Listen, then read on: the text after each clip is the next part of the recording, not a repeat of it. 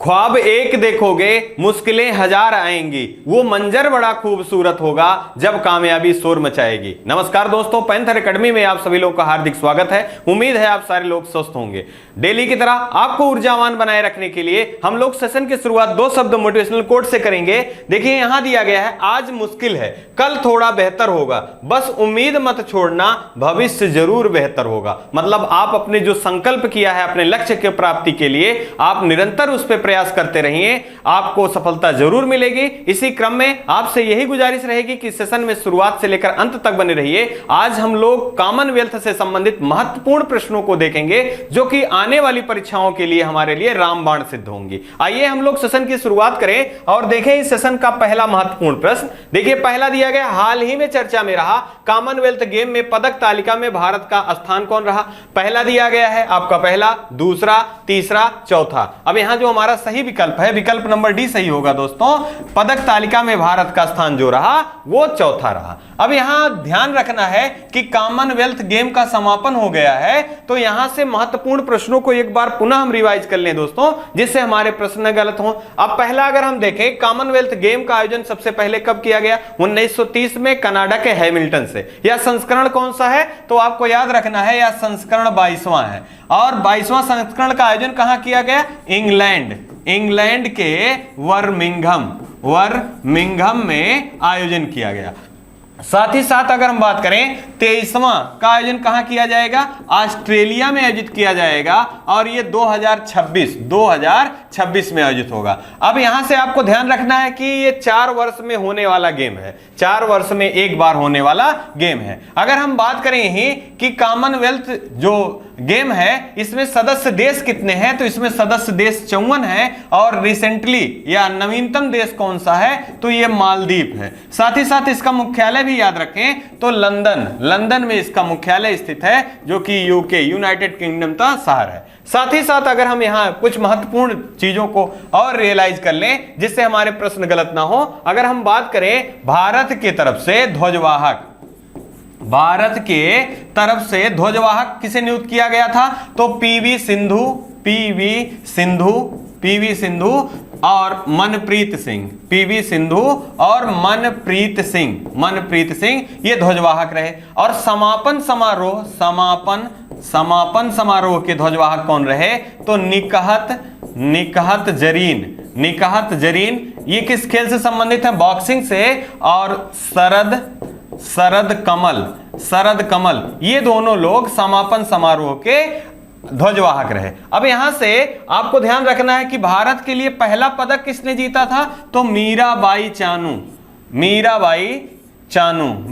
चानू जी के द्वारा ये जीता गया था पहला गोल्ड पदक। और ये किस खेल से संबंधित है? तो ये भारोत्तोलक है। अब यहां से आप प्रश्न ध्यान रखिएगा कि टोटल इसमें कितने खेल होने थे कॉमनवेल्थ गेम में? तो 20 खेल थे, 20 खेल और साथ ही साथ 280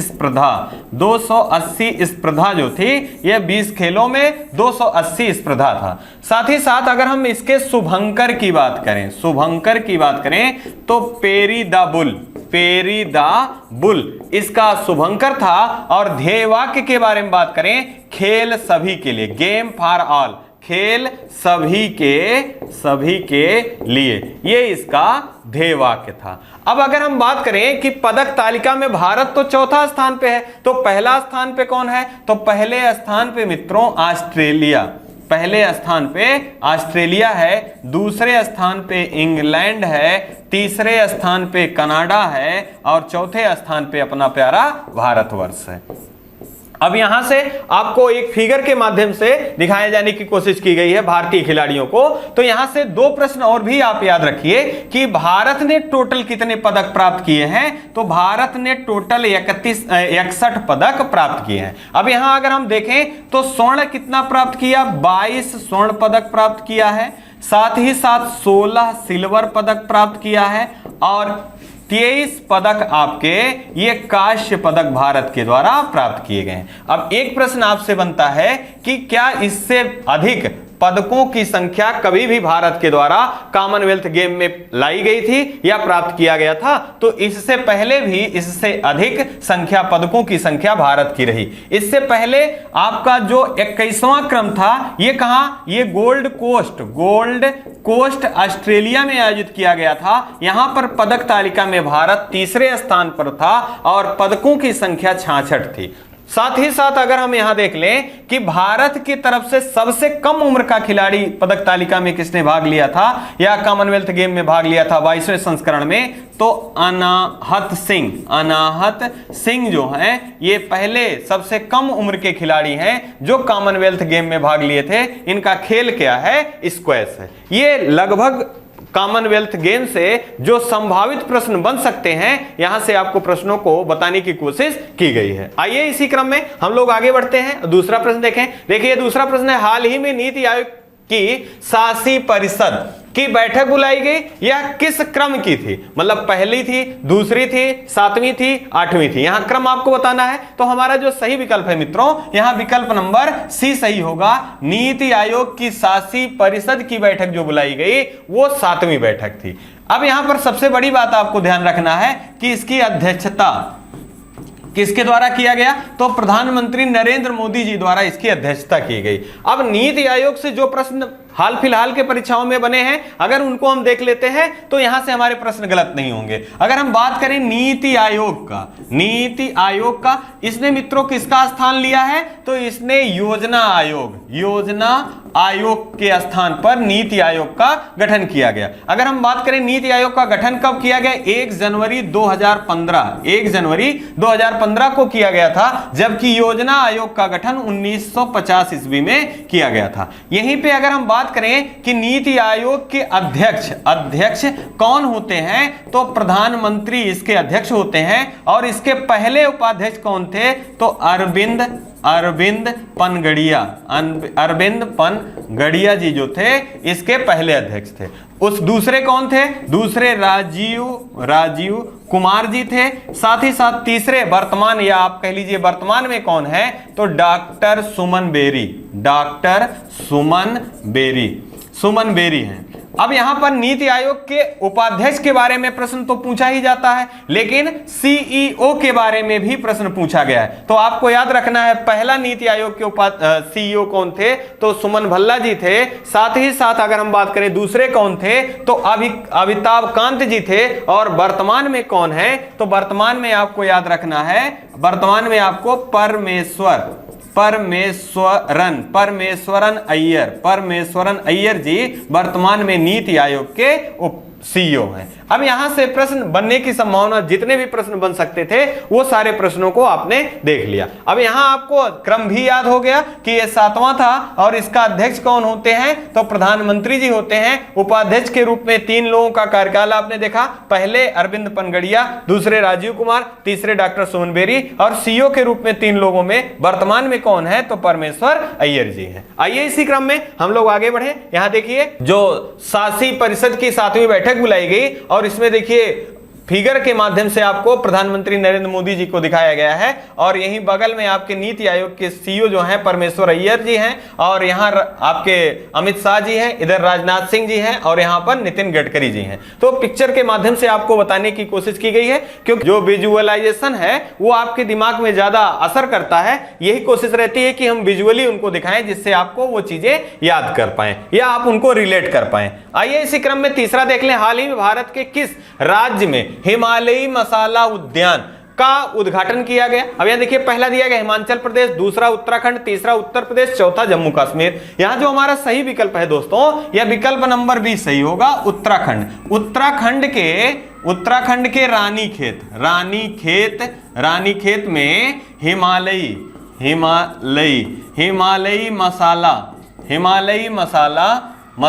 उद्यान का उद्घाटन किया गया। अब यहां से आपको याद रखना है हिमालयी उद्यान, मसाला उद्यान का मतलब क्या है। जैसे हिमालयी उद्यान से मतलब यहां है कि जम्मू कश्मीर राज्य में केसर का उत्पादन होता है, साथ ही साथ वहां से कुछ ऐसे मसाले हैं जो कि विश्वविख्यात हैं, या कुछ ऐसे मसाले हैं जो देश के विभिन्न कोने में उगाए जाते हैं, तो उनको अब कहां उगाया जाएगा, उत्तराखंड में उगाया जाएगा, जिसकी शुरुआत रानीखेत से की गई है। अब उत्तराखंड से महत्वपूर्ण जानकारियों के बारे में अगर हम देखें तो यहां पर हाल ही में चुनाव हुआ है, विधानसभा चुनाव, तो आपको जानना चाहिए कि उत्तराखंड में विधानसभा की सीटें कितनी हैं। तो विधानसभा की टोटल 70 सीटें हैं। मुख्यमंत्री कौन है, पुष्कर सिंह धामी, पुष्कर सिंह धामी जी यहां के मुख्यमंत्री हैं। एक प्रश्न हाल ही में चर्चा में रहा है मित्रों, आपको याद रखना है, विधानसभा, उत्तराखंड विधानसभा की पहली महिला विधानसभा अध्यक्ष के रूप में किसे नियुक्त किया गया है,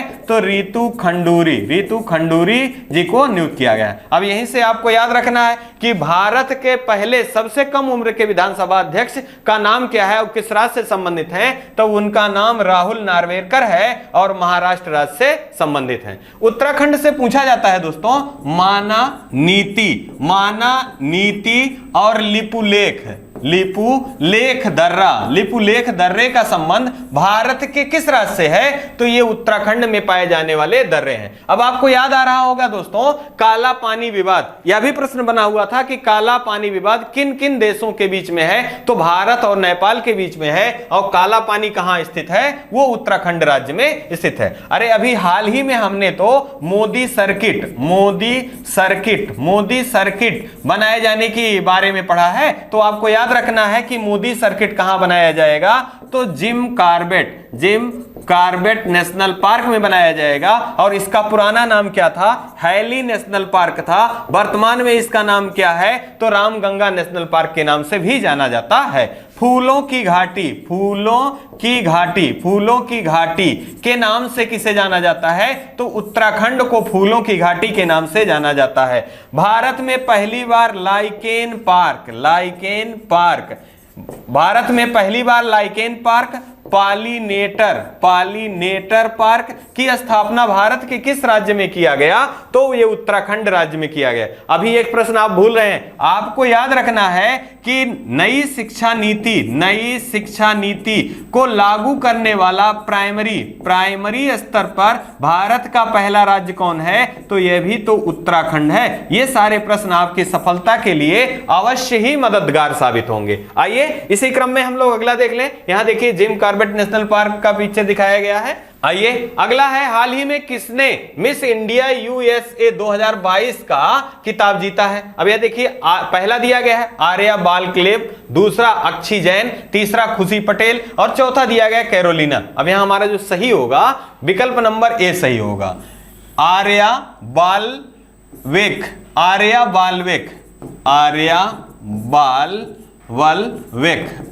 बालवेक जो कि यूएसए में रहती हैं और ये भारतीय मूल की हैं। इन्होंने मिस इंडिया यूएसए 2022 का खिताब जीता है। अब यहां गलत होने का चांस इस कारण अधिक है क्योंकि आप प्रश्न में आपका एक प्रश्न और भी बनेगा इसी से, मिसेज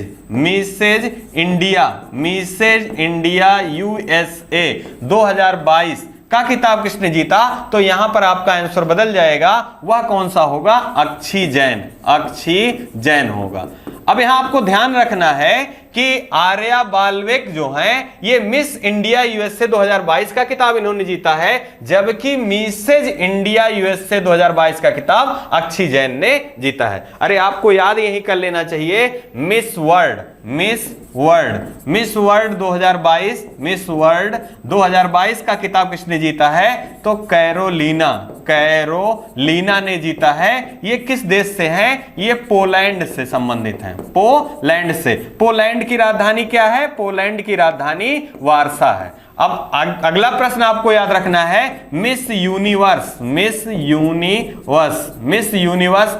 के रूप में किसे चुना गया है, तो ये हरनाज संधू और ये कहां से संबंधित है, चंडीगढ़ से संबंधित है। और इनका क्रम क्या रहा है, 70वां रहा है। इसका आयोजन कहां किया गया, इजराइल में किया गया। इजराइल की राजधानी जेरूसलम है। अगर हम बात करें यहीं पर कि हरनाज संधू जो हैं भारत के तरफ से मिस यूनिवर्स बनने वाली कौन से क्रम की हैं? ये तीसरे क्रम की हैं। पहली कौन थी? सुष्मिता सेन। दूसरी कौन थी? लारा दत्ता। तीसरी कौन है? तो हरनाज संधू। अगर हम बात करें ही हाल ही में मिस इंडिया भी चुनी गई हैं। आपको याद रखना है कौन है? तो सिनी सेट्टी को हाल ही में मिस इंडिया के रूप में चुना गया है। अगर हम बात करें मिस इंडिया वर्ल्ड वाइड का खिताब हाल ही में किसने जीता है? तो खुशी पटेल। ये सारे प्रश्न आप कहीं ना कहीं परीक्षाओं में आने वाले प्रश्न हैं। एक बार पुनः आप रिकॉल कर लीजिए। अगर पूछा जा रहा है प्रश्न मिस इंडिया यूएसए 2022 तो आर्या वाल्वेक होगा। अगर मिसेज इंडिया 2022 पूछा जा रहा है तो ये इसका आंसर अक्षी जैन होगा। अगर हम बात करें मिस वर्ल्ड की, कैरोलिना है, पोलैंड से संबंधित है, इनकी राजधानी जो पोलैंड की वारसा है। अगर मिस यूनिवर्स की बात करें तो हरनाज संधू हैं और ये 17वां आयोजन था मिस यूनिवर्स का और कहां किया गया? इजराइल में किया गया। और भारत की तरफ से ये तीसरी है। पहली कौन थी? सुष्मिता सेन। दूसरी कौन है? तो आपका लारा दत्ता। तीसरी कौन है? हरनाज संधू। अगर मिस इंडिया की बात करें तो सिनी सेट्टी हैं और अगर मिस इंडिया वर्ल्ड वाइड की बात करें तो ये खुशी पटेल होंगी। अब एक प्रश्न और भी याद रख लीजिए कि इसका आयोजन कहां किया गया है? तो यूएसए के न्यू जर्सी में मिस इंडिया यूएसए 2022 और मिसेज इंडिया यूएसए 2022 का आयोजन किया गया था। आइए इसी क्रम में यहां देखिए सारे लोगों का आपको फिगर दिखाने की कोशिश की गई है। ये कौन है? ये आर्या वाल्वेक है, ये मिस इंडिया यूएसए 2022 है और ये खुशी पटेल है। और आपको यहां ध्यान रखना है वर्ल्ड वाइड कौन जीता है? तो खुशी पटेल। और कैरोलिना मिस वर्ल्ड का खिताब जीता है और हरनाज सिंधु मिस यूनिवर्स का खिताब जीता है और यहां सिनी सेट्टी। आइए इसी क्रम में हम लोग अगला प्रश्न देख लें। हाल ही में चर्चा में रहा दीपाल आर्यन जिम डस्टन अवार्ड से किसे सम्मानित किया गया? पहला दिया गया दलाई लामा, दूसरा नरेंद्र मोदी, तीसरा शिंजो आबे, चौथा दिया गया डॉक्टर सिंथिया। आज का जो सेशन है मित्रों अत्यंत ही महत्वपूर्ण है। यहां से प्रश्नों की बनने की संभावना प्रबल है। आप इस सीरीज को जरूर देखिएगा और इससे इंपॉर्टेंट बिंदुओं को जरूर नोट डाउन कर लीजिएगा। यह हमारा जो सही विकल्प होगा यह दलाई लामा होगा। दीपाल आर्यन जिम इस पुरस्कार डंस्टन पुरस्कार से किसे सम्मानित किया गया है? तो यह सम्मानित किया गया है दलाई लामा जी को। अब हम ये जाने कि दीपाल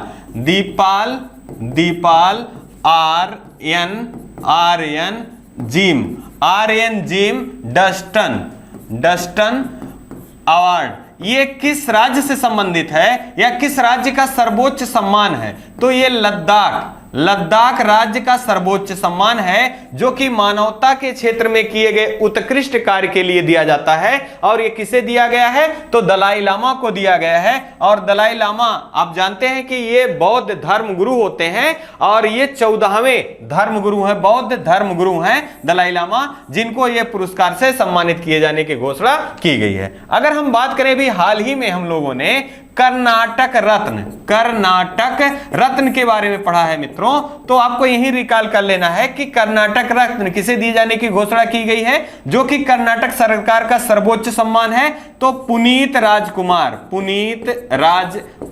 मरणोपरांत यह पुरस्कार दिया जाएगा। हाल ही में इनका हार्ट अटैक के द्वारा मृत्यु हो गया था। अगर हम बात कर ले भारत के परिप्रेक्ष्य में, कल भी हम लोगों ने बात कर रखा था कि भारत में सर्वोच्च सम्मान के रूप में कौन से सम्मान से सम्मानित किया जाता है?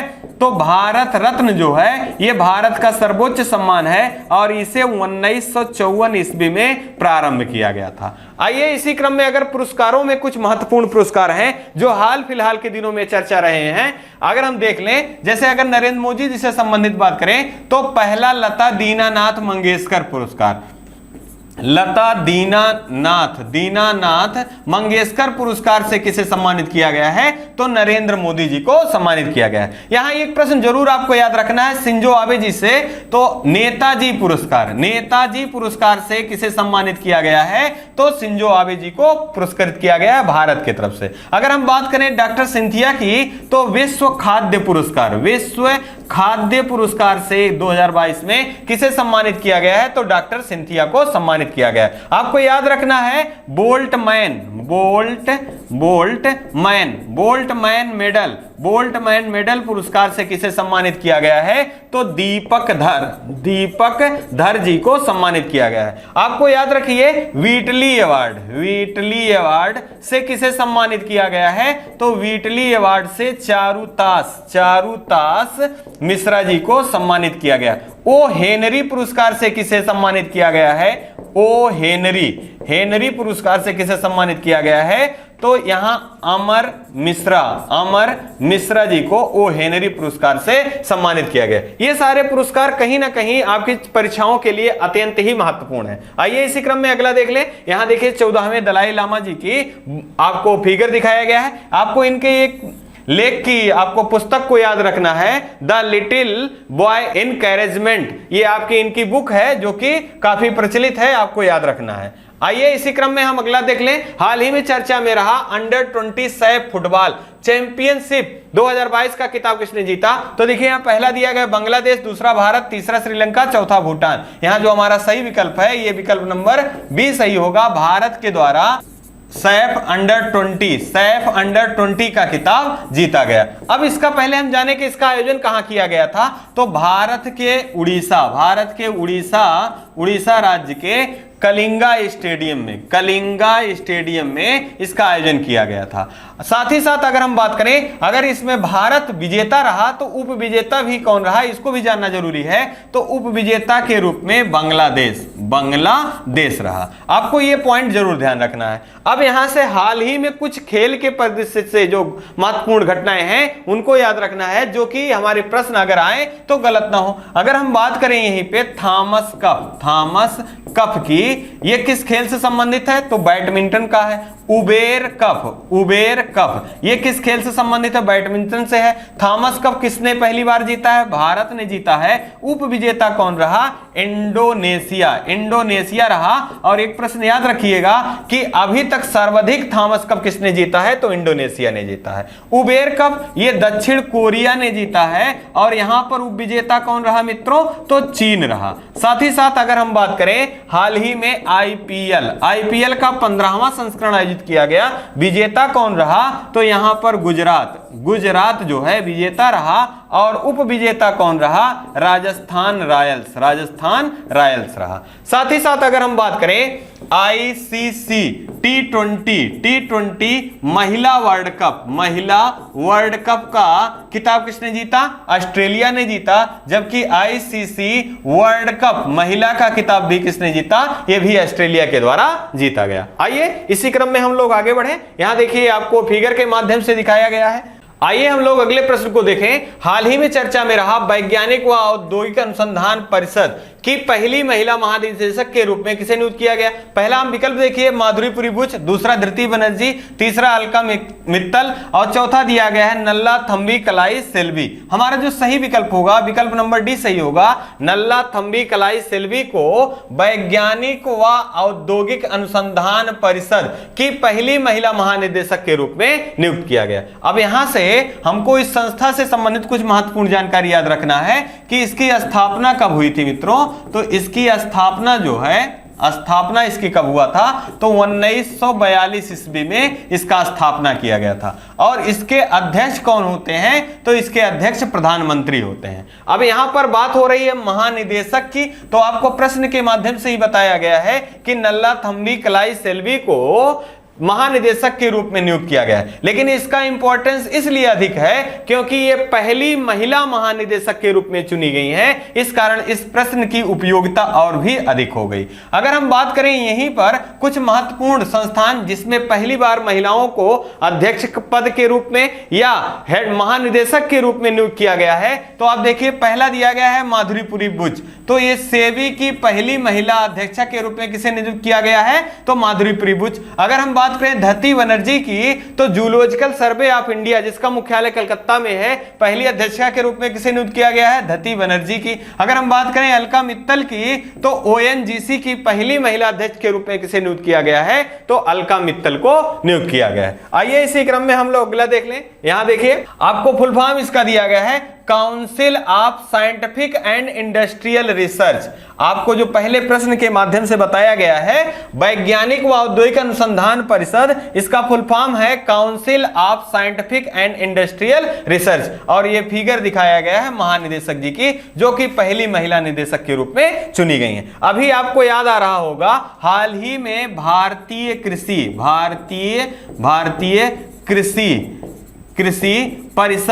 परिषद के महानिदेशक के रूप में किसे नियुक्त किया गया है? हेमंत पाठक जी को नियुक्त किया गया है। आपको भूलना नहीं है। आइए इसी क्रम में हम देख लें, हाल ही में किसने पहले वामपंथी राष्ट्रपति के रूप में शपथ लिया है। अब यहां देखिए पहला दिया गया है, किस देश के, यहां होना चाहिए किस देश के राष्ट्रपति ने शपथ लिया है। तो देखिए पहला दिया गया है यहां कोलंबिया, दूसरा इजराइल, तीसरा फिलीपींस, चौथा दिया गया ऑस्ट्रेलिया। यहां हमारा जो सही विकल्प होगा, विकल्प नंबर ये सही होगा, कोलंबिया के राष्ट्रपति, कोलंबिया देश के राष्ट्रपति ने, पहले वामपंथी राष्ट्रपति ने शपथ लिया है। अब कोलंबिया के पहले वामपंथी राष्ट्रपति है, तो कोलंबिया से संबंधित अगर हम जानकारी देखें तो इसकी राजधानी क्या है? इसकी राजधानी बोगोटा है। और ये किस महाद्वीप का देश है? दक्षिणी अमेरिका महाद्वीप का देश है। अगर हम बात करें इजराइल की, तो इजराइल की राजधानी क्या है? तो जेरूसलम इजराइल की राजधानी है। और यहां के नए राष्ट्रपति किसे चुना गया है? यार लैपिड को यहां के नए राष्ट्रपति के रूप में इन्होंने शपथ लिया है। अगर हम बात करें फिलीपींस की दोस्तों, जिसकी राजधानी मनीला है, और इनके राष्ट्रपति चुने गए हैं फार्डिनेस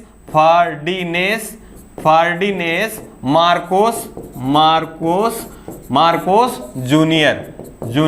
ये कहां के राष्ट्रपति चुने गए हैं? फिलीपींस के चुने गए। अगर ऑस्ट्रेलिया की बात करें तो हाल ही में ऑस्ट्रेलिया के प्रधानमंत्री चुने गए हैं। किसे चुना गया है?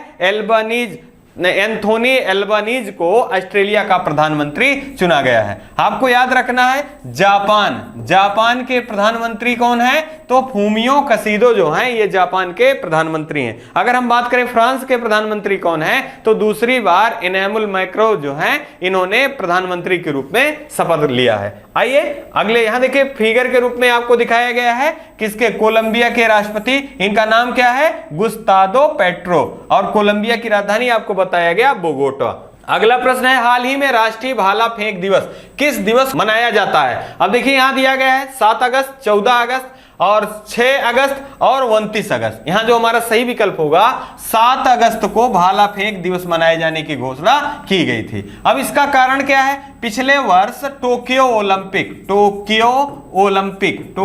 ओलंपिक में एकमात्र स्वर्ण पदक विजेता कौन रहे? नीरज चोपड़ा। और इनका खेल क्या है? ये जेवलिन थ्रोअर हैं, भाला फेंक हैं। और भाला फेंक में स्वर्ण पदक प्राप्त करने के कारण भारत सरकार के द्वारा 7 अगस्त को भाला फेंक दिवस के रूप में मनाए जाने की घोषणा की गई। अगर हम बात करें यहीं 14 अगस्त के रूप में, तो 14 अगस्त को विभाजन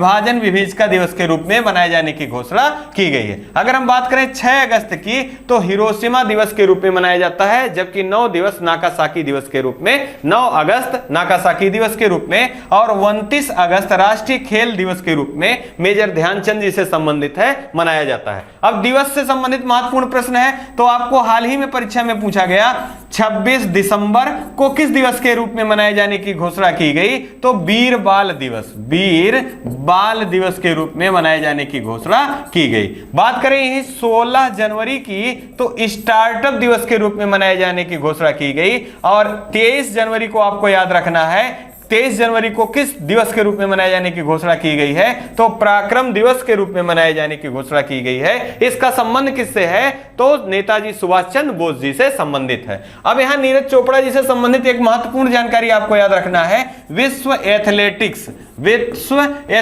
चैंपियनशिप में सिल्वर पदक प्राप्त करने वाले पहले भारतीय कौन है? तो नीरज चोपड़ा जी हैं। यहां पर इन्होंने भाला कितनी मीटर दूरी फेंका था? तो यहां पर आपको याद रखना है 88.13 मीटर दूर इन्होंने भाला फेंका था। अगर हम बात कर लें कि पदक प्राप्त करने में विश्व एथलेटिक में पहले सिल्वर पदक प्राप्त करता है, लेकिन अगर पदक प्राप्त पूछा जाए तो दूसरे होंगे, क्योंकि 2003 में अंजू बॉबी जॉर्ज लंबी कूद में इन्होंने कांस्य पदक प्राप्त किया था। आइए इसी क्रम में हम लोग देखें, यहां देखिए 7 अगस्त Neeraj Chopra Olympic gold winning day, इसी नाते आपको नेशनल जेवलिन डे के रूप में मनाए जाने की घोषणा की गई।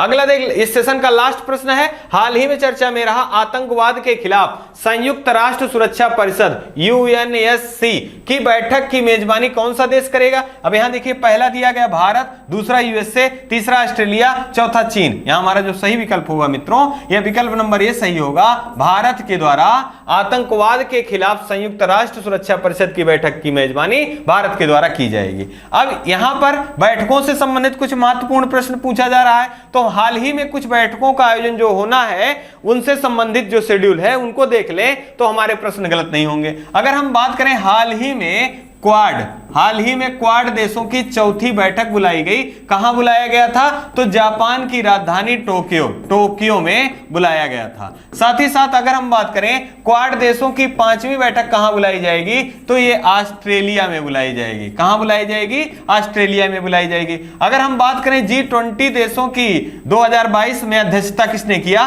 तो इंडोनेशिया ने किया। जबकि G20 की जो बैठक अगले साल 2023 में कहां पर किया जाएगा, तो यह भारत में किया जाएगा। और इसके शेरपा किसे नियुक्त किया गया है? तो अमिताभ कांत जी को नियुक्त किया गया है। और एक किस राज्य में होगा? जम्मू कश्मीर राज्य में होगा। अगर हम बात करें 13वां world cup cricket world cup का आयोजन कहां किया जाएगा? 2023 में, तो इसका आयोजन भारत में किया जाएगा। हॉकी विश्व कप का आयोजन कहां किया जाएगा 2023 में? तो यह भी भारत में आयोजित किया जाएगा। अगर हम बात करें अंडर 17 महिला कप का आयोजन 2025 में कहां किया जाएगा? तो यह भी भारत में किया जाएगा। अगर हम यही बात कर लें T20 एशिया कप का आयोजन कहां किया जाएगा?